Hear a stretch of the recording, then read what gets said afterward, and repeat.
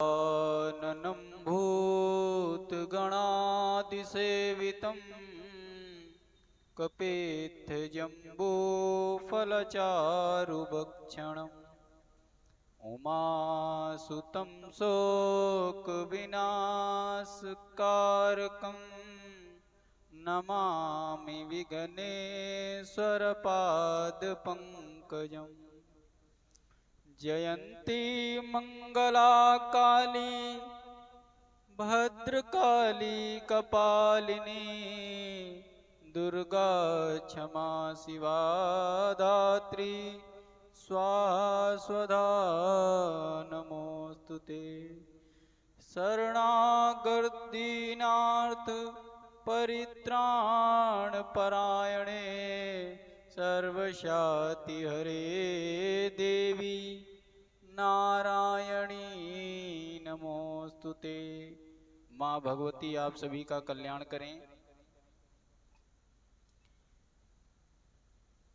जनक जी के पास में सुखदेव जी को भेजा पिताजी ने, बहुत समझाया कि बेटा गृहस्थ जीवन अच्छा है, गृहस्थ जीवन में प्रवेश करो।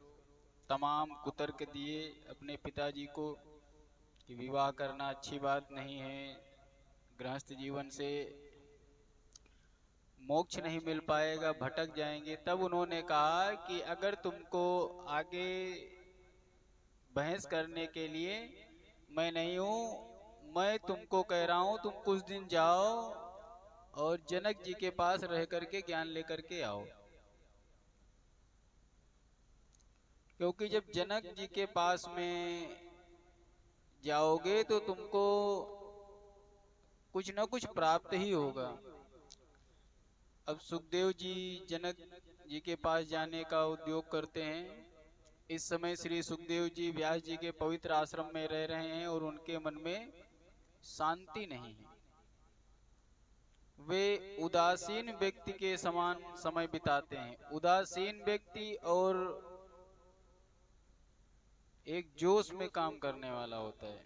उदासीन अखाड़े भी हैं, उदासीन संत बोले जाते हैं। उदासीन दिनचर्या क्या होती है पता है?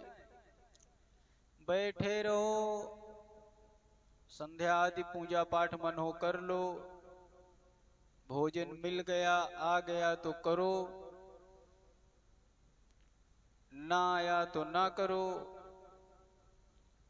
अब वे उदासीन दिनचर्या जो होती है, तो सन्यास में उदासीन सन्यास क्या बोला जाता है? किसी भी चीज की इच्छा न करना, अनेच्छा से जीवन यापन करते हुए भजन करते रहो, लेकिन पूजा पाठ, गुरु की आज्ञा का पालन, आश्रम की शिक्षाओं का पालन, ये उदासीन आश्रम में भी रह के तुमको करना पड़ेगा। लेकिन यहाँ सुखदेव जी ना भोजन करते हैं और ना उपवास करते हैं, ना अधिक सोते हैं, ना अधिक जागते हैं। हर समय किसी गहरी चिंता में, जिसको आजकल हम लोग कह दें कि डिप्रेशन में चला जाए व्यक्ति, उसको कुछ अच्छा नहीं लगता है, हर समय सोचा करते हैं। अब पिताजी ने देखा कि इतनी हालत खराब है, ना ये निराकार वाले रह गए हैं, ना ये साकार वाले रह गए हैं। तो बोले तुम इतने चिंतित क्यों हो, क्या बात है? तो बोले हमको यहाँ शांति नहीं मिल पा रही। आपने बीज डाल दिया है अपने गृहस्थ वाला, शादी कर लो, वो कर लो, बैरागी पूरा होने नहीं पा रहा है, मन बड़ा मन अशांत है।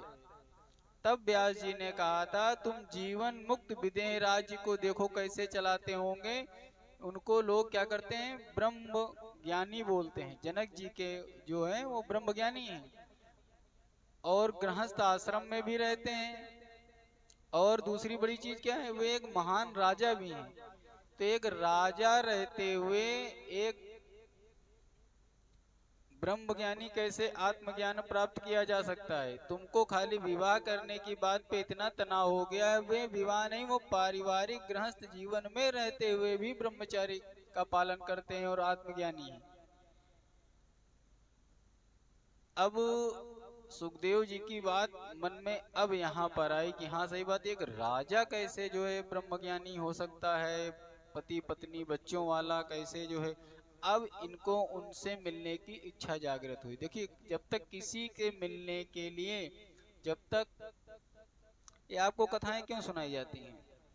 ये कथाएं इसलिए सुनाई जाती हैं कि आपकी आपके इष्ट के प्रति सुन सुन करके श्रद्धा जागृत हो जाती है। जब श्रद्धा जागृत होती है तब वे आदर्श बनने लगते हैं। जब आदर्श हृदय में बन जाता है इष्ट, तो उसकी भक्ति की तरफ मन प्रेरित होने लगता है। तो सबसे पहले सुना ही तो जाता है। जब तक श्रवण नहीं करोगे, अब किसी के बारे में खूब अफवाहें सुन लो, वो रोज तुमको गाली देता है, बकता है, तुम्हारा विरोध करता है, तुम कितने भी उदासीन हो लेकिन मन में आ जाएगा उस व्यक्ति के प्रति, क्या आ जाएगा कि ये व्यक्ति अच्छा नहीं है। और कोई कभी कहीं ना मिला हो, दिन रात अरे भैया वो तुम्हारी बड़ी तारीफ करते हैं, बड़े अच्छे हैं और हर समय तुम्हारे लिए पॉजिटिव, तो उससे मिलने की इच्छा ज्यादा जागरूक हो जाती है कि नहीं ऐसा? तो ये काम कौन करता है? ये सत्संग करता है, कथाएं करती हैं। अब जब व्यास जी ने जनक जी के बारे में बताया, तब इनके मन में आया कि जीवन मुक्त तथा विदेह होते हुए एक राजा राज्य कैसे चला सकता है? छोटा सा घर चलाना कठिन होता है और इतने बड़े राज्य में निश्चिंत होकर के कैसे रह लेते हैं। अब उनको देखना चाहिए अपनी माता, पत्नी, बहन या स्त्री के साथ कैसे समता का व्यवहार कर सकते हैं, मतलब रिश्तेदारी भी निभा लें और भगवान के मार्ग पे भी चल जाएं। यदि वे अपने जीवा से मधुर, अम्ल, लवण, कटु, कसाय यानी खटरस, जैसे बोलते नहीं है कि सन्यासी हो गए तुमको तेल मसाला नहीं खाना है, फल फूल खाना है, तो वो तो जब राज्यसभा में रहते हैं तो खटरस भोजन भी करते होंगे। जैसे बोला गया कि लहसुन प्याज न खाओ, तेल मसाला न खाओ, कड़वी तीखी चीजें न खाओ, नहीं तो तुम्हारे जो है ब्रह्मचर्य पर असर पड़ेगा। तो ये खाने, और दूसरी चीज, एक राजा होकर के उसके शत्रु भी होंगे, उसके मित्र भी होंगे, दोनों से ब्रह्मज्ञानी समान रहता है। अब क्या चोर और संत में उनको अंतर नहीं दिखाई देता है? मैं मिथिलापुरी जाऊंगा। व्यास जी ने कहा अच्छा बेटा, जाने की तो तुमने इच्छा कर ली, अवश्य जाओ जनक जी के पास, वे तुम्हें आत्मज्ञान करा देंगे। लेकिन एक बात का ध्यान रखना, जैसे सामान्य मनुष्य जाते हैं उसी तरीके से जाना और वैसे ही वहां रहने की इच्छा करना, क्योंकि मैं जानता हूं कि तुम योगी हो, देव आत्मा हो, देवताओं के भी गुण सुखदेव जी के अंदर थे, वो शिव जी के अवतार हैं। तो आकाश मार्ग से उड़ के जा सकते हो, भी इच्छा करो वहां पहुंच सकते हो, लेकिन वो अहंकार वो सब हो जाएगा। तुम किसी से कुछ लेने जा रहे हो तो रास्ते में जैसे एक सामान्य व्यक्ति जाता है वैसे ही जाओ, कोई सुख सुविधा की तलाश मत करना। किसी देवता के वाहन को बुला लो, किसी को बुला लो, विशेष व्यक्तियों की खोज मत करना, इससे तुम्हारी आसक्ति हो जाएगी। लोग तुम्हें नाना प्रकार के भोजन कराएंगे, क्योंकि तुम जैसे ही चलोगे लोगों को पता चलेगा सुखदेव जी आ रहे हैं, सुखदेव जी आ रहे हैं, वैसे तुम्हारी ख्याति बहुत फैली हुई है, क्योंकि सब लोग जान गए तुम कैसे उत्पन्न हुए। लेकिन रास्ते भर जो सेवा इधर लेते जाना और उधर भूलते जाना। यदि उन्हीं का स्मरण करोगे तो आत्मचिंतन नहीं कर पाओगे। क्यों? जैसे किसी गांव में हम आज रुके, उस गांव वालों की हमारे प्रति ज्यादा श्रद्धा थी, उन्होंने खूब दूध मलाई रबड़ी छकाई कस के महाराज जी के लिए, बढ़िया खूब अच्छा सा आसन दिया, बड़ी सेवा हुई। अच्छा थोड़ी दूर रास्ते में वैसे ही सारे थोड़ी गांव मिलेंगे, दूसरा गांव मिला, वहां संतों का अनादर होता हो, कहो भिखारी समझ के रोटी ही डाल दे, तुमको बड़ी बात है। अब वहां जब रोटी मिलेगी तो तुमको पिछले वाले गांव की याद आने लगेगी, आएगी नहीं आएगी? कि अरे वहां तो हमारी बड़ी सेवा हुई थी, हमको बहुत आनंद मिला था, इसने देखो मैं रोटी दे दिया। तो कहने का मतलब सन्यासी को मेवा मिले चलो मेवा खा लो भूल जाओ, अगर सूखी रोटी मिले तो सूखी रोटी खा के भूल जाओ।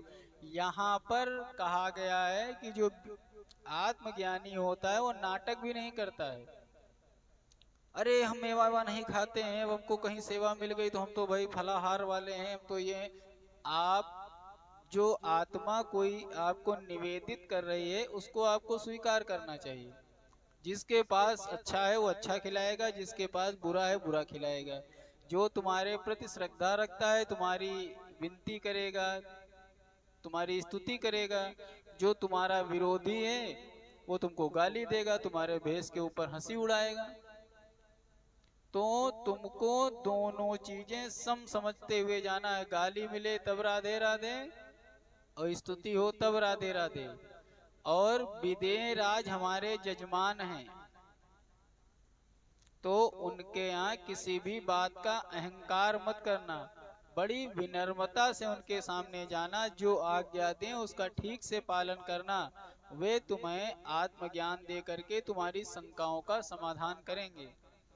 पिता की आज्ञा जैसे हुई, जैसे धनुष से बाण छूटता है उस तरीके से मिथिलापुरी की ओर सुखदेव जी बड़ी स्पीड से चल दिए। मार्ग में उन्होंने अनेकों पर्वत, नदी, तीर्थ, नालों को पार किया। देखिए, जब ज्ञान लेना हो तो यात्राएं करनी चाहिए, तीर्थ आदि भ्रमण करने चाहिए, लोगों के पास जाना चाहिए। हिंसक से भरे जीवों जंतुओं के जंगलों को पार किया। मेरु वर्ष, हरि वर्ष, हेमवत वर्ष लांग कर चीन देश को लांघा। आर्यवर्त देश में प्रवेश किया। उस समय भूगोल का नक्शा कुछ दूसरा था। जैसे आज सारे देश अलग अलग बिखरे पड़े हैं वैसे नहीं थे। पूरी विश्व के देश सब एक साथ संगठित थे। कुछ भौगोलिक परिवर्तन हुए हैं जिनसे सारे देश अलग अलग बिखर गए हैं। बीच में 7 समुद्र बन गए। ये भी भागवत में बोला गया है कि सूर्योदय, सूर्यास्त और दिनों को बांटने के लिए राजा हुए थे। उन्होंने अपने चक्र से, अपने रथों से सब धरती को विदीर्ण करके द्वीप बसा दिए थे अलग अलग। 7 द्वीप पृथ्वी को कर दिया था। वही 7 द्वीप अलग कि यहाँ सूर्य डूबेगा तो यहाँ जागृत होगा। उन्होंने स्थापित कर दिया था कि सूर्य पृथ्वी पर कभी अस्त ही ना हो। जब एक जगह था तो एक सेंटर में पूरी पृथ्वी पर रात हो जाती थी, पूरी पृथ्वी पर दिन हो जाता था। तो उन्होंने पृथ्वी को पूरा, यही ऋषभ देव जी के समय की बात है, जो जैन धर्म के अनुयायी बने हैं, जो प्रवर्तक थे। अनुयायी तो जो होते हैं भक्त लोग होते हैं, जिनसे शुरू हुआ है।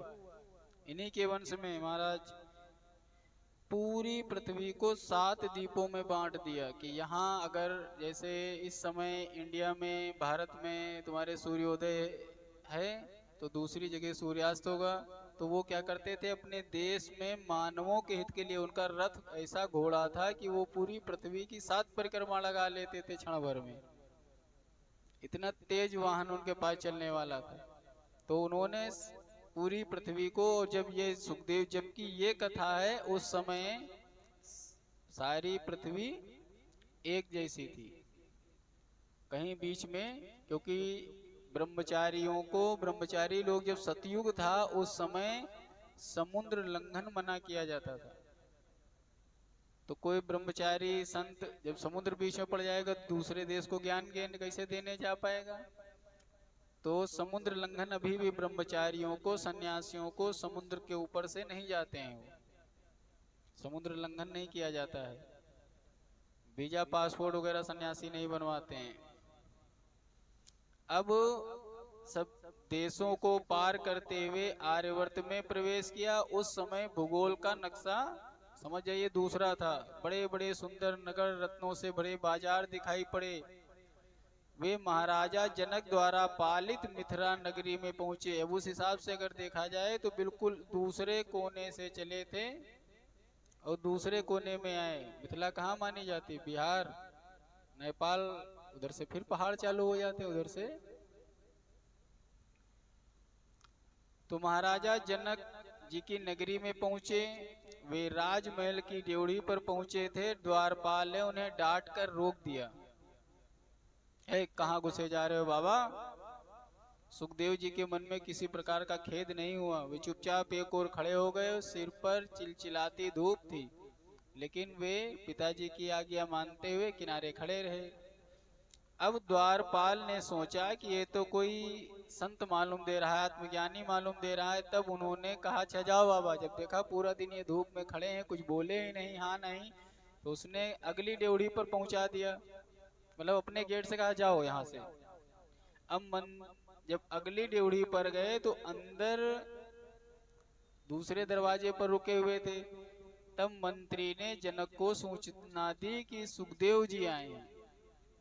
राजा ने कहा सुखदेव ही आया है, कोई परमात्मा थोड़ी आया है। सुखदेव जी को मंत्री प्रमद वन के समीप ड्योढ़ी पर बिठा दिया और सुखदेव जी कोई शब्द से प्रभावित नहीं हुए। जैसे कोई साधु संत किसी दरवाजे जाए, वो दरवाजे के बाहर रोक दें, उसके बाद अंदर बताने जाए मंत्री कि महाराज फलाने आए, तो कहें फलाने ही तो आए हैं, कोई बहुत बड़े ब्रह्मा जी आए हैं क्या जो हम उनको अगवानी करने जाए। लेकिन जब ये भी कहा तो पहले द्वारपाल ने डांटा, तब भी इनको बुरा नहीं लगा। अंदर से आवाज आई अपमानजनक, तब भी इनको कोई प्रभाव नहीं हुआ। अब रात्रि के समय सुखदेव जी को प्रमदवन में पहुंचा दिया गया। वहां पर 50 कन्याओं ने चारों तरफ से उनको घेर लिया। मतलब जैसे गेस्ट हाउस होता है राजाओं के, वही उसी गेस्ट हाउस में इनको वहां पे सब नृत्य संगीत, कन्याओं के द्वारा इनकी सेवा हो, सरस भोजन कराया, फिर वन में विहार कराने ले गई। लेकिन इन सब प्रलोभनों का सुखदेव जी के मन पर कोई असर नहीं हुआ। सुखदेव जी के सोने के लिए उन कन्याओं ने रत्न जड़ित पलंग सजाया, मखमल के गद्दे बिछाए। अब ना सुखदेव जी के मन में पहले रात भर ड्योढ़ी पर बैठाए रखे तो कोई उनको दुख हुआ, और यहाँ पर जब गद्दे मिले, बढ़िया रत्नों जड़ित सिंहासन सोने के लिए मिला, तब भी इन पर कोई प्रभाव नहीं पड़ा। सुखदेव जी अपने नित्य कार्य की तरह हाथ पैर धोए, आसन आदि पर बैठकर संध्या किया, मोक्ष तत्व का विचार करने लगे। और प्रथम रात्रि में उन्होंने ध्यान किया। योग के नियमों के अनुसार 1 प्रहर तक रात्रि जब मुहूर्त हुआ तो उठ के बैठ गए। मतलब 3 सवा 3 बजे करीब जो ब्रह्म मुहूर्त हुआ। अब इनकी प्रत्येक दिनचर्या जो जो ये करते थे वो सारी चीजें नित्य प्रति की। इनको लगे कि महाराज ध्यान नहीं दे रहे हो, जनक जी यही सब करवा रहे थे कि भाई सेवा पानी दो, भाई गेस्ट टाइप में आए। लेकिन ये सेवा राजसी मिले और जीवन ये अपना ब्रह्मचारी वाला जिए, आराम से भक्ति करें। तब राजा जनक जी ने स्त्रियों, पुरोहितों और मंत्रियों को साथ लेकर के अब गुरु पुत्र के मिलने के लिए बुलवाया और स्वयं उस प्रमाद में गए। एक रत्न जड़ित सर्वतोभद्र मंडल आसन बिछाया। सर्वतोभद्र जैसे हम लोग पूजा पाठ में बिछाते हैं, लाल हरे काले पीले सफेद ऐसे सब चावल रंग के जो बनाते हैं बेदी, वो रत्नों की बनी हुई थी। उस पर बिठाया, मधुपर्क दिया, गौदान एक दिया, सुखदेव जी की विधि विधान से पूजा करी और अपने सेवकों के साथ राजा जनक जी जमीन पर बैठे और हाथ जोड़ करके कुशल मंगल पूछी। फिर उन्होंने पूछा किस निमित्त से आपका यहाँ आगमन हुआ है। सुखदेव जी ने कहा मेरे पिताजी का कहना है कि विवाह कर लो। गृहस्थ आश्रम में सब आश्रम पालित होते हैं, इसलिए कि और ज्ञान वैराग्य संन्यास के लिए व्यास जी ने कहा जो जो तुम बुराई कर रहे हो, जिनकी जिनकी तुमने कमियां बताई हैं, तो हर व्यक्ति के ऊपर आयु का वेग होता है। तो सबसे पहले तुमने ब्रह्मचर्य का पालन किया, फिर गृहस्थ का पालन करो, उसके बाद वानप्रस्थ में जाओ, फिर सन्यासी बनो। तो इससे क्या हो जाएगा, अगर तुम युवा अवस्था में गृहस्थ आश्रम के समय तुमने सन्यास ले लिया और उम्र बढ़ी, तो किसी न किसी तरीके से जिस चीज की भूख बची रह जाएगी तुम्हारे पास में, तो तुम क्या करोगे, गिर जाओगे, पतन हो जाएगा। तो मेरे पिता मेरे गुरु के समान है, मैंने उनकी आज्ञा को बंधन कारक समझा। गुरु की आज्ञा को टाला। डिप्रेशन में क्यों चले गए थे? एक तो व्यास जी पिता हैं, पिताजी का कहना मानना चाहिए। दूसरी चीजें वो उनके गुरु भी हैं।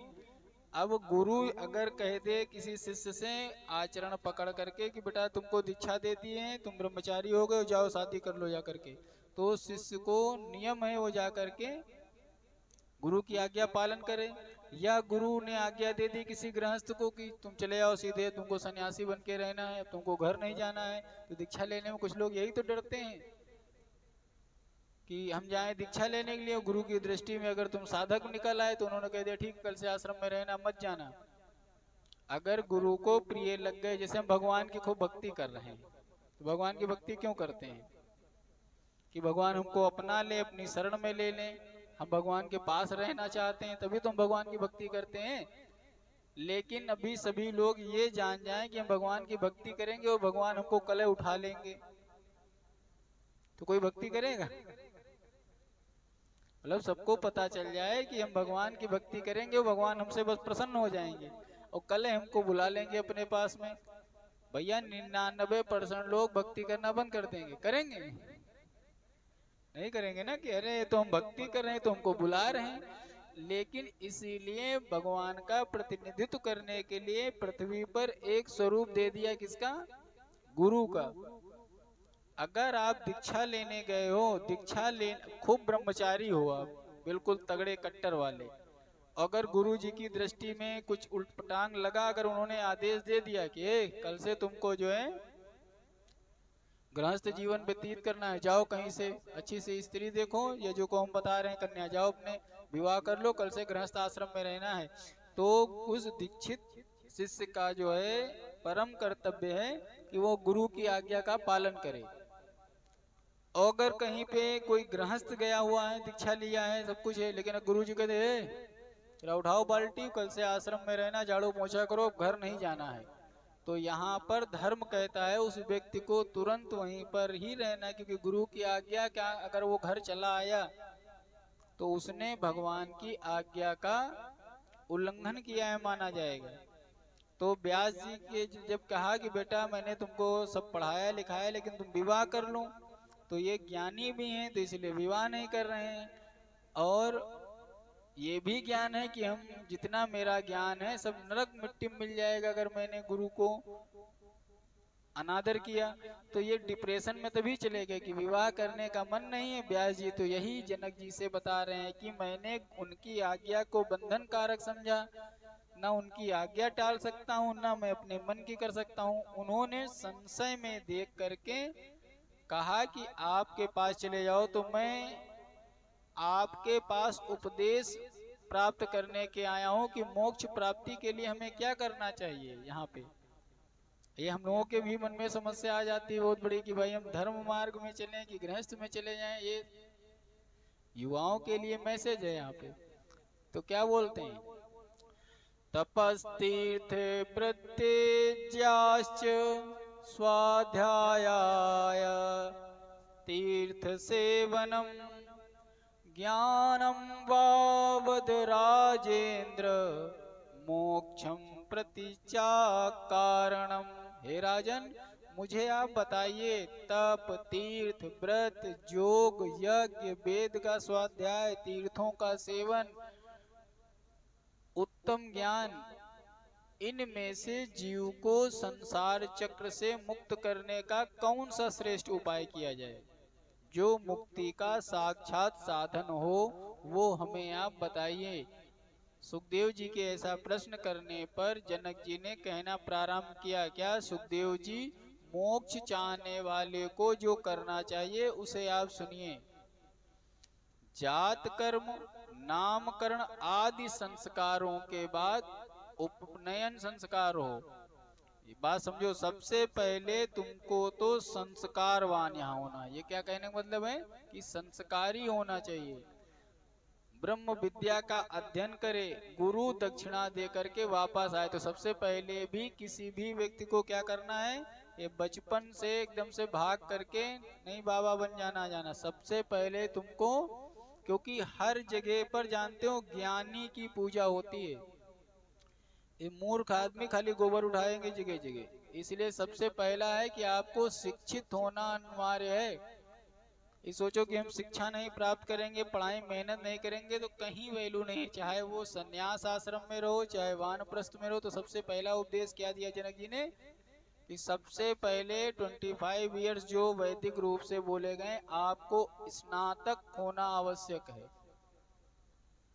और स्नातक हो गए, आपकी विद्या सफल तब मानी जाएगी कब, जब आपकी विद्या श्री देने वाली हो। श्री क्या होती है, अभी तक तो समझ गए होंगे, जब आप अपनी विद्या से धनार्जन करने वाले हो जाओ। जब आप अब वहां से अगर तुमको गृहस्थ में आना है तो धनार्जन करने लगोगे तो धर्म विधि से विवाह करके धर्म पत्नी के साथ में घर में रहना चाहिए। और कर्म सारे ठीक से करने चाहिए, न्याय पूर्वक धन का उपार्जन करें, जो परिश्रम करके मिल जाए उससे संतुष्ट रहें। हम लोग क्या करते हैं, परिश्रम से संतुष्टि नहीं मिलती है। हमारी तनख्वाह क्या होनी चाहिए, जो हमारे परिश्रम की जो लेबर वर्क है, जैसे हम आज मजदूरी करने गए, काम करने गए, तो हमारे अंदर एक इच्छा ये रहती है कि वो किसी तरीके से 500 रुपये जो हमारी मजदूरी है वो बची रहे, 200-250 कोई और गलत काम हो जाए थोड़ा इधर उधर से, वो हम खर्चा करें। वो क्यों खर्चा करना चाह रहे हैं, उससे व्यसन करने की आदत होती है। क्योंकि हमारे घर में हमारी धर्म पत्नी जो बोली गई, जो लक्ष्मी बैठी है, उसको पता है कि हमारे यहाँ पति काम करने गए हैं तो मजूरी कितनी चल रही है आजकल, 500 रुपया जैसे। तो उसको पता है कि 500 रुपया ये लेके आएंगे अगर पूरा दिन मेहनत किए हैं। अब व्यक्ति क्या करता है, बीच में उसको नशा पत्ती अपने अन्य व्यसन जो आदतें बुरी हैं उनको पूरा करने के लिए क्या करता है, सोचता है कि अपने घर की लक्ष्मी को हम झूठ बोल दें, मतलब उसको ये जाके बताएं कि 500 मिले हैं, अगर उसमें से 200 रुपए का व्यसन कर लें तो घर में उसको दिक्कत हो जाएगी ना, घर में पूछा जाएगा 200 रुपया कहाँ कराया जा करके। तो आदमी क्या करता है, वो 200 रुपया एक्स्ट्रा गलत मार्ग से कमाने लगता है। और यही आदतें धीरे धीरे क्या करती हैं, पहले व्यक्ति चोरी से कमा के खर्चा करता है, फिर जब आदत बुरी हो जाती है तो वो जो 500 रुपया घर में जा रहे थे, शुरू शुरू में कोई पूरे अपने 500 नहीं खाता, इसको 100% से मान लीजिए। जिस दिन उसकी आदतें उसके मन पर हावी हो जाती हैं, उस दिन से वो जो डरते डरते 500 रुपया देता था, फिर आधे देने लगता है। तब तक घर वाले जान चुके होते हैं अब तो ये नशेड़ी हो गया है, बिगड़ गया है। फिर धीरे धीरे क्या होता है कि वो 500 रुपया आपके व्यसन में खर्चा होने लगते हैं, घर वालों की जो गृहस्थी का चक्र है वो बिगड़ जाता है। अच्छा, यहाँ दूसरा कारण भी होता है, कुछ लोग क्या होते हैं, जैसे ज्यादा विद्यावान है, ज्यादा पढ़े लिखे हैं, कोई राजकीय सेवा में हो गया, कोई व्यापारी हो गया है, तो वो क्या करता है, पारिश्रमिक अपना सेव कर बचाता है और क्या करता है, अवैध धन से अपना पालन करने लगता है, अपने बीवी बच्चों का भी पालन करने लगता है। और उसमें वो उसके बीवी बच्चे मतलब परिवार वाले सारे शामिल हो जाते हैं। वहां पर धर्म पत्नी का क्या मतलब, उसको पूछना चाहिए कि तुम्हारी दुकान अभी तक 10,000 रुपए पर डे दुकानदारी होती थी, तो भाई 1,000 बचना चाहिए। ये तुम 2,500 3,000 रुपए के रोज घर में सामान ला रहे हो, इसका मतलब पूंजी खा रहे हो। तुम कह रहे हो नहीं नहीं पूंजी नहीं खा रहे हैं, हमारी कमाई है, तो कमाई है तो गलत कमाई है ना, तभी तो आप गलत कर रहे हो। तो यहीं पर बोला गया है, पतन से रोकने वाली एक घर पे धर्म पत्नी होती, वो सपोर्ट करने लगती, नहीं नहीं तुम ठीक कर रहे हो, बढ़िया कर रहे हो। अंगुल कौन सा था वो डाकू, कौन था, अंगुलीमाल, कथा सुनिए। उसको नारद जी जा रहे थे और मिल गया, कहा लूट लेंगे तुमको। डाकू रत्नाकर था शायद, नारद जी को मिला था। तो बोले कि हमरे पास कार लूट पाओगे भैया, एक बीड़ा है, एक मजीरा है, रुद्राज की माला वाला पहने हैं। तो बोले कुछ नहीं, यही हम मजीरा मजीरा तुम्हारा बेच लेंगे, कुछ तो मिलेगा। तो बोले इतनी मजबूरी है तुम्हारे पास कि तुम हमारा बीड़ा और मजीरा बेच लोगे, इसका मतलब तुम बहुत दुखी हो। अरे दुखी नहीं है हम, देखो ये जो गले में माला पहने जिनको लूटते हैं उनकी उंगली काट लेते हैं। तब नारद जी घबराने की बीड़ा और मजीरा तो कोनो यजमान दे देगा। वही उंगलियों काट लेंगे तो भैया हम लोग नियम है, अंग भंग हो जाए तो यज्ञ करने लायक नहीं हो जाता है व्यक्ति, भगवान विष्णु तो अपने घुसने नहीं देंगे हमको। तो बोले काहे के लिए सब करते हो?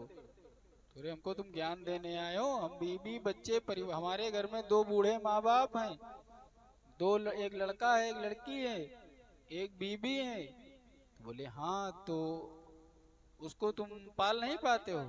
कैसे पालने, पालना बहुत मुश्किल है, रोज रोज कोई फंसता ही नहीं, कहीं महीने में एक दो लोग इधर से निकलते हैं। अब तो इतनी बदनामी हो गई है कि ये रास्ता सब लोग बंद कर दिए निकलना।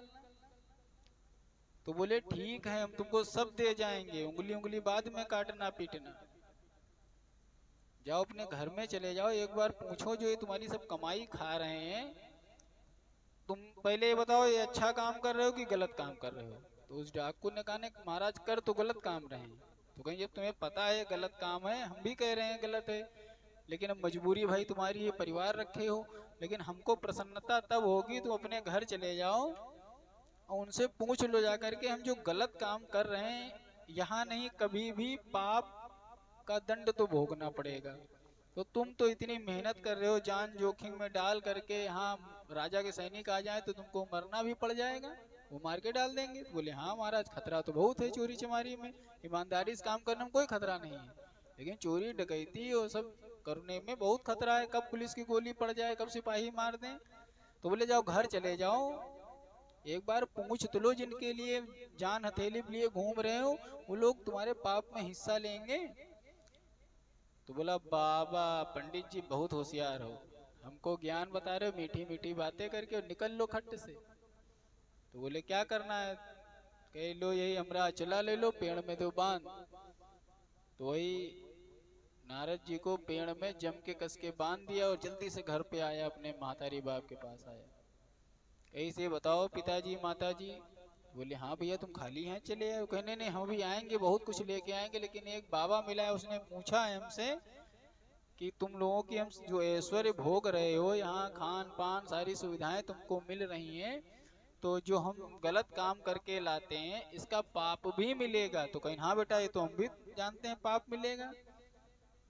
कहेंगे तुमको भी पता है पाप मिलेगा? तो कहें तो इसमें कोई बहुत बड़ी बात ही नहीं है। तो मातारी से पूछे अपने अम्मा तुमको पता है हम जो गलत काम करते हैं इसका वो पंडित बताई से कि पाप पड़ेगा? तो बोले वो तो हम भी जानते हैं पाप पड़ेगा। अच्छा तो तुमको भी पता है पाप पड़ेगा? उन्होंने भी बताया पाप पड़ेगा। तो वो पाप जो पड़ेगा वो आपको भी पड़ेगा कि हम इनको पड़ेगा? तो इसे मातारी बाप तंड से खड़े हुए कि हमका काहे पड़ेगा? चोरी करो तुम, लोगों को कष्ट दो तुम, धन लूटो तुम, हमको काहे पाप पड़ेगा? तो इसने कहा अरे अम्मा पप्पा तुम्हारे लिए हम इतनी सब रुपया पैसा लेके आते हैं, इसका उपयोग नहीं करते हो? तो कह रहे हम कहते हैं तुम चोरी करके लेके आओ, तुम ईमानदारी से कमा के लेके आओ, पेट भरो मेरा, क्योंकि हम तुम्हारे माँ बाप हैं, तुम्हारा कर्तव्य है मेरा पेट भरना। हमने तुमको थोड़ी सिखाया कि जाओ चोरी करके लाओ मेरा पेट भरो, तुमको चोरी करके लाते हो भाई, हमको कहाँ बूढ़े हैं चले जाएं तो हम वही खा लेते हैं, लेकिन हम तुमको तुम्हारे इस पाप में भागी नहीं होंगे। बोला अरे बाप रे बाप, बूढ़ा बड़ोक देखो, लाओ तो गटर गटर खूब सब खा रहे हैं, बढ़िया क्या माल लेके आए, पाप में भागी नहीं बनेंगे। बोले चलो 6 बुढ़े हैं, माँ बाप नहीं बनेंगे। जैसे घर के अंदर घुसे तैसे मिल गई पत्नी। पत्नी से भी कहा ये बताओ कि जो हम ये सब काम करते हैं इसका पाप पड़ेगा, पंडित जी बताएं। तो बोली माँ हमका नई बात क्या बताते हो, चोरी चमारी जो गलत काम करेगा तो पाप पड़ेगा ही पड़ेगा। तो बोले कि जब तुम्हारी पत्नी हो, रुपया पैसा जो लाते हैं इसकी जब सजा मिलेगी पाप की, क्या तुम भी ले लोगी? पत्नी बहुते तेज उचक के खड़ी, वही देखो तुम अपन घर द्वार महतारी बाप सब छोड़ के तुम्हारे पास आए हैं और तुम हमारे पेट पालते हो, तो तुम्हारा हम पापों भोगे, क्यों पाप लेंगे भाई? तुम्हारी ये मर्दांगिनी है, तुम्हारी जिम्मेदारी है कि हमारा खर्चा उठाओ, पेट भरो, तुम ईमानदारी से मजूरी करके लाओ, हम बना के खिलाएंगे, हम तुम्हारे पाप में भागी नहीं होंगे। अब इनको निराशा हुई, ना माँ बाप ना पत्नी, तो कहे चलते समय ये मेरे बेटे हैं, ये तो मेरी बेटी बेटा है, ये तो मेरी बात समझेगा। तो बुलाया पुत्र पुत्री को, बिटिया भैया यहाँ आओ। तो बोले ये बताओ बेटा, जो हम ये काम करते हैं तो गलत है कि पाप तो पड़ता होगा? तो कहें हाँ पापा, सब लोग कहते हैं आप बहुत गलत काम करते हो। तो जब गलत काम करते हैं तो इससे पैसा लाते हैं, तुम खाते पीते हो, पापा अच्छा नहीं लगता है, ईमानदारी से लाया करो। तो बोले अभी तक जो खा चुके हैं उसका तो पाप पड़ेगा। कहीं हमें क्यों पाप पड़ेगा? जिन पंडित जी ने कहा उनसे पूछ लो जा करके कि जब भाई माँ बाप जैसा खिलाएगा पिलाएगा वैसे अब बच्चा खाएगा पिएगा, हम काहे पाप पड़ेगा हमको? ये महाराज उसी समय वापस गए, नारद जी के पैरों में गिर गए। वहीं के बाद में इन्होंने सन्यास ले लिया, गुरु मंत्र ले लिया नारद जी से, दोबारा घर वापस नहीं आए। कहने लगे जब जिसको कमाओ खिलाओ पिलाओ, जब वो पाप में नहीं भागीदार हो रहा है तो पुण्य में क्यों होगा? न पाप में कोई भागीदार होगा न पुण्य में भागीदार होगा, और हम फर्जी में पाप किए जा रहे हैं। उसी दिन से सारे शस्त्र रख दिए। तो यहाँ पर जनक जी कह रहे हैं परिश्रम करके जो मिल जाए उससे जीविका चलाओ, मेहनत से परिश्रम से। और जितनी तुम्हारी आय है, जितने तुम्हारी कमाई है उससे संतुष्ट रहो। किसी दूसरी फर्जी योजनाओं से जैसे इन्वेस्टमेंट है, ऑफर है, इनसे बचे रहो। किसी से कोई आशा न रखो। और जो हमारे द्वारा नित्य पाप हो जाते हैं वाणी से, शरीर से, घरेलू काम करते हुए, तो इसके लिए नित्य अग्निहोत्र का नियम करना चाहिए। अग्निहोत्र जानते हो? जो हम लोग पहले हमारे लोगों के घर पे कंडा जब जलाया जाता था उस पे थोड़ी सी रोज अग्यार जरूर होती थी।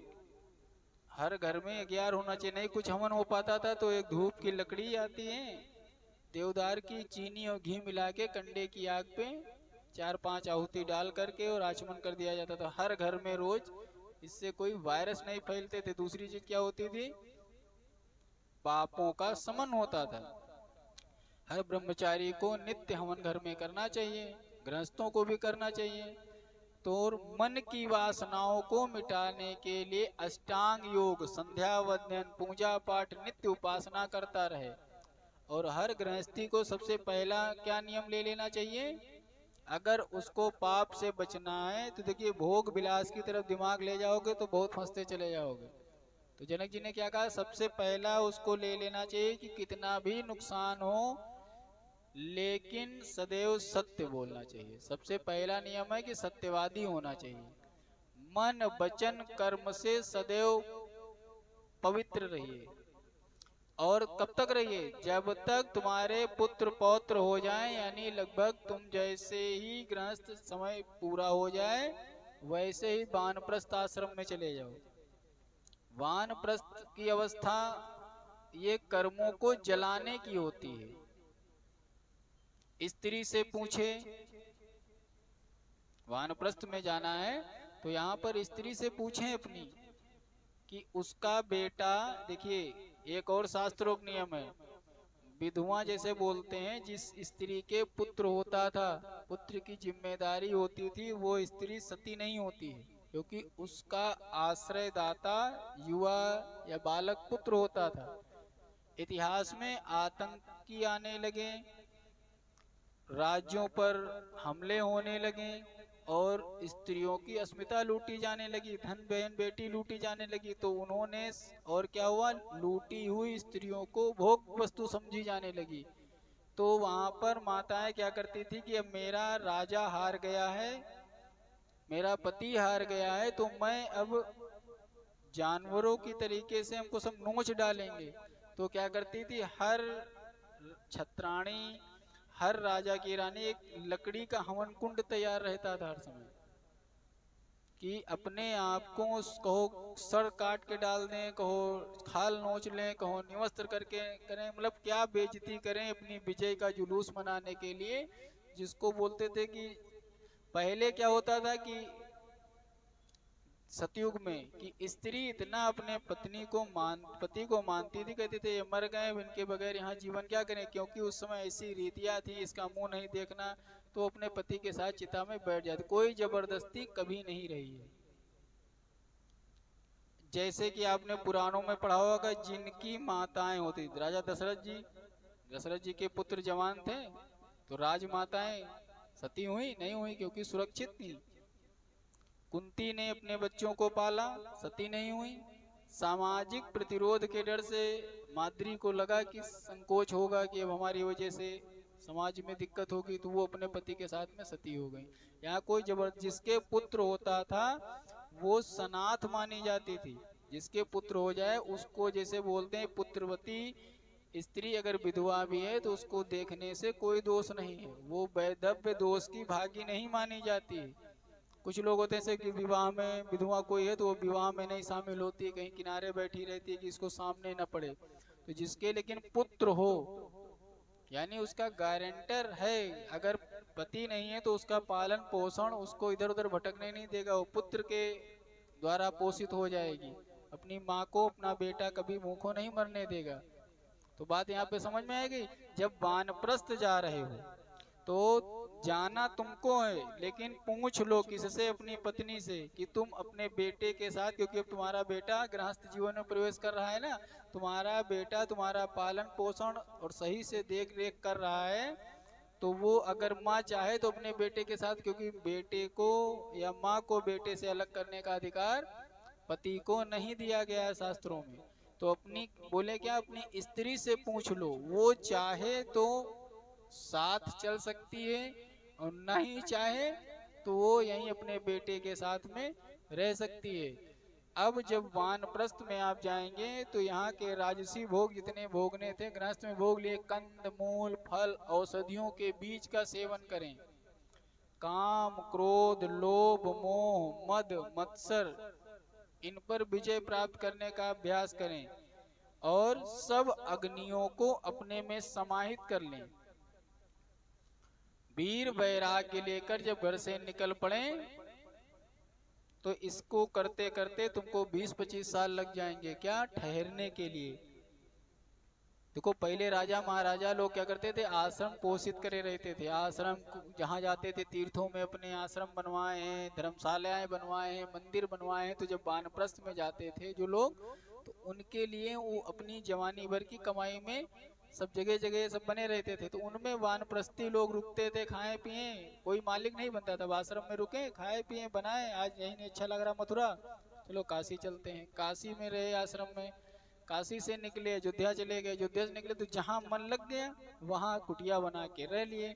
तो इसीलिए 20-25 साल तक क्या होता था, चाहे वो गया कर लो, चाहे 4 धाम कर लो, चाहे सारे तीर्थ कर लो, चाहे तुम रास्ते में लूट लिए, जब तुम्हारे पास कुछ है ये नहीं है, कमंडल लिए घूम रहे हो, तब तीर्थ किया जाता था। ये नहीं घर का छुट्टी लेकर के और जा रहे हैं। तीर्थों का नियम होता था कि 80% मौत मांग रहे हैं कि अब हमारे सारे कार्य हो चुके हैं, भगवान जिस तीर्थ में हमारे प्राण निकलना हो निकलेंगे, क्योंकि तीर्थ में मरने से हमें मोक्ष मिल जाएगा। हर समय भगवान के कार्य में लगे हुए हैं। युद्ध में मरना, सैनिकों को सिपाहियों को राजकीय सेवा में मृत्यु होने पर क्यों शहीद कहा जाता है? ये स्वर्ग डायरेक्ट मिलता है। ये कोई कर्म ना करें लेकिन अपनी ड्यूटी अगर आराम से किए हैं। अगर सिपाही शहीद होता है देश के लिए तो उसको पुनर्जन्म मिलता है, क्योंकि मरते समय कहीं ना कहीं अगर उसकी स्मृति अपने परिवार में बनी है तो अच्छे राजकुल में वो परिवार उसको मिलता है। उसका पुरुषार्थ, वो स्वर्ग जैसा दूसरा जीवन यहीं पे जीता है, उसको यहीं स्वर्ग मिल जाता है। और जो मृत्यु के समय इच्छा करता है कि हम, देखो आज सरकार को क्या चाहिए, वैसे आर्मी में तो धर्मगुरु की पोस्टें हैं, सरकारी जगह पे जो लोग लगे हुए हैं सेना में पुलिस में, इनको कथा प्रवचन करके, क्योंकि इनकी वृत्ति बिल्कुल पवित्र होनी चाहिए। तो अब आपको 25 साल वानप्रस्थ का अभ्यास करके एक जगह पर आपको संन्यास आश्रम में रुक जाना है और वहीं पर भजन करते हुए जीवन व्यतीत कर देना। ये जीने की प्रक्रिया किसको बता रहे हैं? जनक जी सुखदेव जी को बता रहे हैं। ये इंद्रियां बड़ी बलवती हैं। अरे और यहाँ पे बोले ये इंद्रियां किसको डुबोती हैं? जिस चीज की चाह में लगा दोगे तो अपरिपक्व बुद्धि वाले व्यक्ति को ये गिरा देती है। इसलिए हर चीज के पक जाओ। जैसे कोई बोले कि भैया अब शुगर वाले व्यक्ति को हम लोगों को कोई मिठाई मिलाए खाने के लिए तुरंत लबर लबर करने लगेंगे, ठीक, लेकिन शरीर में शुगर पुष्ट हो चुकी हो, पक चुकी हो बिल्कुल। अब जैसे खाओगे तैसे रक्त शर्करा बढ़ जाएगी, तब कहे भैया ये बहुत बेहतरीन मिठाई आई है, खा के देखो। भैया रहा दो काहे, खाए के बाद में मौत मांगना है। तो जो भोग हमें मृत्यु तुल्य दिखाई दे, जिस भोग को, जैसे कोई भोग विलास दिखा रहे ये तो सब काल है हमारे लिए, पूड़ी घी कचौड़ी खाना पीना मिठाई ये सब शरीर एकदम एक दिन क्या करता है, छोड़ देता है, इसको स्वीकार करना बंद कर देता है। लेकिन ये जो मन बुद्धि है ना, ये बुढ़ापे तक नहीं थकती है, इसको अभ्यास के द्वारा थकाया जाता है। इसलिए बोले यदि सन्यास आश्रम में प्रवेश करके भी खाने पीने पहनने पुत्र आदि की कामना बनी रहती है तो सन्यास का कोई लाभ नहीं है। चुपचाप घर लौट आओ, वही बच्चे के साथ दुकान में बैठो जा करके। तो पुरानी वासनाओं को मिटाना काफी कठिन होता है। ये जो यादें बसी रहती हैं, धीरे धीरे धैर्य धारण करते हुए खाकर धीरे धीरे उतरती हैं। मन बड़ा बलवान है, एक एक सीढ़ी पार करके इसको जीता जा सकता है। इसीलिए 4 भागों में जीवन को जीने के लिए बताया। और कहते हैं देखिए, घर में रहकर भी शांत बुद्धि वाला व्यक्ति ज्ञानी हो सकता है। देखिए सुखदेव जी, मैं इतना बड़ा राज्य चलाता हूँ, अपना काम करते हुए मुझे कोई शोक नहीं होता है। घर में हानि लाभ में मैं समान रहता हूँ, अनेकों कार्य करता हूँ, लेकिन वो दूसरों के, मैं राजा हूँ तो जनता के लिए काम करता हूँ, प्रजा के लिए काम करता हूँ, देश के विकास के लिए काम करता हूँ। मैं अपने लिए काम नहीं करता हूँ कि मैं अपने लिए कोई बहुत बड़ा, हमको अगर झोपड़ी मिले मैं उसमें भी सो लेता हूँ, जिस दिन गद्दे पर राजभवन में सोने को मिले तो मैं उसमें भी सो लेता हूँ। ये आत्मा अध्यक्ष है और पंच महाभूतों का बना ये शरीर है। इसको ना हम बांध सकते हैं भूतों को और ना हम बांध सकते हैं आत्मा को। आत्मा को अनुमान के द्वारा जान सकते हैं और सारे बंधनों का कारण मन है।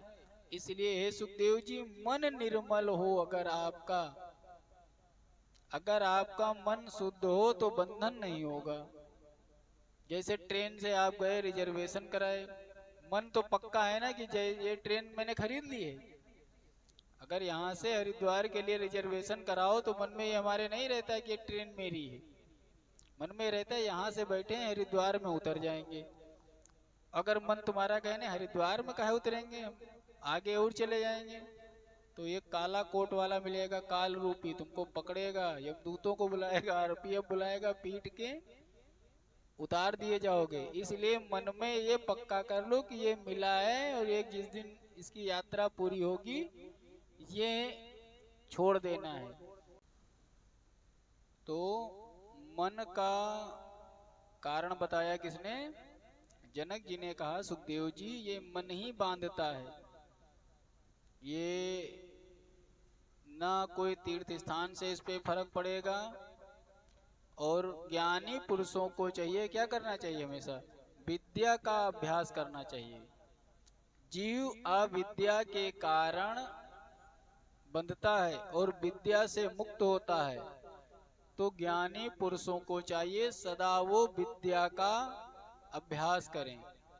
विद्या किसके लिए बोली गई? आत्मज्ञान को जानने की जो शिक्षा मिलती है, उस शिक्षा को पुष्ट हो जाए तो वो विद्या बनती है। ये विद्या क्या है? ज्ञान। वो ज्योति स्वरूप आत्मा अपने भीतर है, अपने मन को समाहित करके भली भांति उसे देखा जा सकता है। अब अपने अंदर बुराई न लाओ। कौन कौन सी अगर तुम्हारी बुराई आ गई तो वो तुमको आत्मा का साक्षात्कार नहीं होगा। जिसकी जुबान पर कभी मन वचन कर्म से दूसरे की निंदा नहीं होती है, उसके स्वभाव, उसकी जुबान पे ब्रह्म वाक्य आते हैं। जो कभी किसी की निंदा ना करे, झूठ न बोले उसकी वाणी सत्य हो जाती है और वो ब्रह्म भाव को प्राप्त हो जाता है। अब जिस प्रकार अंधकार से घिरा व्यक्ति दीपक के प्रकाश से सब पदार्थों को देख लेता है, वैसे ही उसकी बुद्धि तीव्र हो जाती है और वो अपने बुद्धि के प्रकाश में जगत को प्रकाशित करने लगता है। और क्या होता है, वो सामने वाले को बैठा हुआ सिद्ध हो जाता है। सबसे पहले जब तुम झूठ बोलना बंद करोगे, ईर्ष्या करना, बुराई करना, तो जैसे ही तुम्हारा शरीर निर्मल होगा, एक दिव्य ज्योति प्रकाशित होगी, फिर तुम्हारे सामने जो कोई भी अंधकारमय अज्ञानी आके बैठेगा उसको तुम जान जाओगे और उसके अंधकार को दूर करने वाले बन जाओगे। तो माया में लिप्त रहते हुए कोई मनुष्य कैसे सुखी हो जाता है, ये किसने पूछा है? सुखदेव जी ने फिर कहा, महाराज जो सब आप बता रहे हो ये सब माया में भी लगे रहे हो, कैसे मनुष्य सुखी हो जाए? शास्त्र का अध्ययन करके भी मनुष्य मन के मोह को दूर नहीं कर सकता है। तो मोह को दूर करने के लिए केवल शास्त्र जानना पर्याप्त नहीं है। जैसे केवल दीपक जलाने से अंधकार दूर नहीं हो जाएगा। क्यों? जैसे दीपक बुझेगा फिर से अंधकार हो जाएगा। ये कौन कह रहा है? ये सुखदेव जी जनक जी से कह रहे हैं कि आपने जो कहा वो तो ठीक है, लेकिन ये बताओ जब तक दीपक जलेगा तो कल्याण चाहने वाले मनुष्य को चाहिए न राग करे, न द्वेष करे, न शत्रुता करे, न मित्रता करे। इन विकारों से मन काम कंपित रहता है। और घर गृहस्थी में रहते हुए कैसे हो सकता है भाई कि किसी से मित्रता न करें, किसी से शत्रुता न करें, किसी से कोई लेन देन न रखें। आप अपने को जीवन मुक्त मानते हो, पर आपके मन में धन कमाने की इच्छा होगी, भोग भोगने की इच्छा होगी, शत्रुओं को जीतने की अभिलाषा होगी। राज सिंहासन पर बैठे रहने पर भी मन में एक भय बना रहता है, कहीं चोर ना आ जाए, कहीं डकैत ना आ जाए, कहीं हमारे राज्य पर आक्रमण ना हो जाए। हे राजन, ये हाथी घोड़े पैदल सैनिक सब अपने हैं, मैं इनका स्वामी हूँ, ऐसी बुद्धि तो प्रतीत होती होगी कि खाली अहंकार वाली बातें हैं कि कैसे माना जाए कि भाई आप सब चीजों का भोग रहे हो, कह रहे हो हमसे इनसे मतलब नहीं है। तब जनक जी ने कहा, सुखदेव जी अब आप मेरी बात ध्यान से सुनिए। आप अपने पिता का त्याग करके वन में जाना चाहते हो, तो वन में भी क्या तुमको ये व्यवहार नहीं होगा? वहां भी आपको हिरण आदि पशुओं का संग करना पड़ेगा।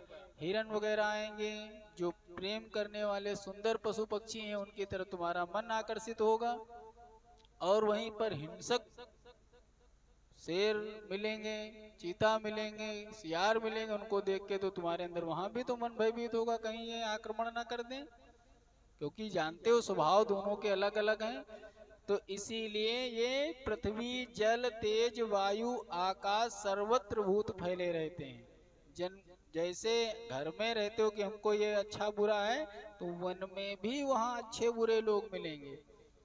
वहाँ आश्रम में भी जाओगे तो वहाँ ये तुमको नहीं लगेगा कि हम वहाँ पे सन्यासी बैठे, तुमको भी यहाँ चिंता रहे कि हमारे साथ चार बाबा हैं, कैसे खाएंगे, कैसे सत्संग होगा, कहाँ से हवन का घी आएगा। तो ये टेंशन तो तुमको वहाँ भी रहेगी। इनसे पृथक कैसे रह सकते हो? आपको भोजन की भूख लगेगी और पानी की प्यास लगेगी, और जैसे सुविधाएं बता रहे हो, तो आपको वन में भी सन्यासियों के पास क्या होता है, दंड कमंडल मृग चर्म खड़ाऊ लंगोट आदि का तो ध्यान वहां भी तो रखना पड़ेगा, जो नित्य की जरूरत की चीजें हैं। वैसे ही मुझ राजा को बस इतनी ही जरूरत पड़ती है, जैसे कि हमारा कमंडल होना चाहिए, हमको जल पीना है, हमारा मृग चर्म होना चाहिए कि हमको बैठ के जप करनी है। तो उसी तरीके से जैसे एक सन्यासी दंड कमंडल खड़ाऊं लंगोट आदि का ध्यान रखता है, वैसे ही मैं अपने राज्य सैनिक सेनापति बीवी बच्चे परिवार का ध्यान रखता हूँ। अब यहाँ आप मन में संदेह लेके आए हैं, लेकिन मेरे मन में किसी प्रकार का संदेह नहीं है। मैं सुख से भोजन करता हूँ, सुख की नींद सोता हूँ और मुक्त जीव हूँ कि जब तक मैं इनके साथ में यहाँ बीच में हूँ, तो मेरा देखभाल करना इनके प्रति हमारा कर्तव्य है। और जितना हो सकता उतना करता हूँ। मैं झूठ या अपने राज्य का अपने परिवार का भोग करने के लिए हम जाएं दूसरे राज्य पर हमला करके धन ला करके इसको पुष्ट करें, या हम झूठ बोलें जनता से कि हमारे प्रति चापलूसी करने आए, मैं ऐसा कोई कार्य नहीं करता हूँ।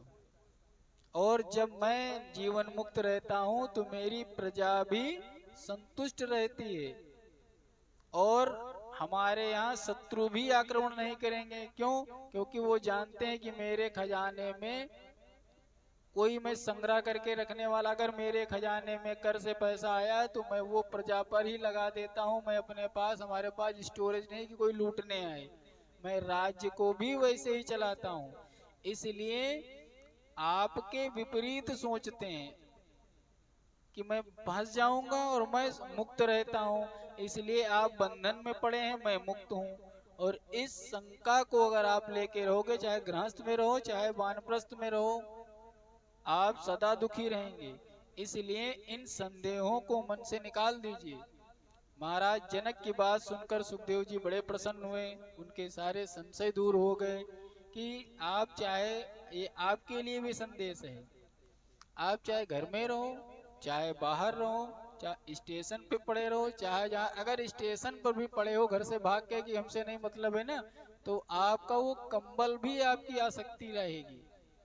अरे कहीं कोई कंबल लेके भग गया, कहीं कमंडल लेके भग गया, तो भैया जब उतना टेंशन लेना तो थोड़ी यहाँ घर पे ज्यादा अच्छी टेंशन लेनी पड़ेगी बस।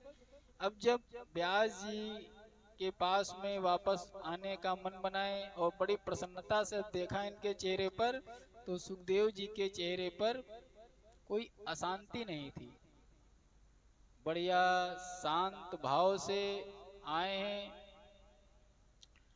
सुखदेव जी विवाह के लिए राजी हो गए हैं।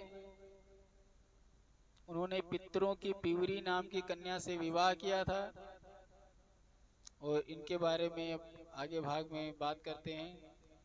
श्री राम जय जय राम।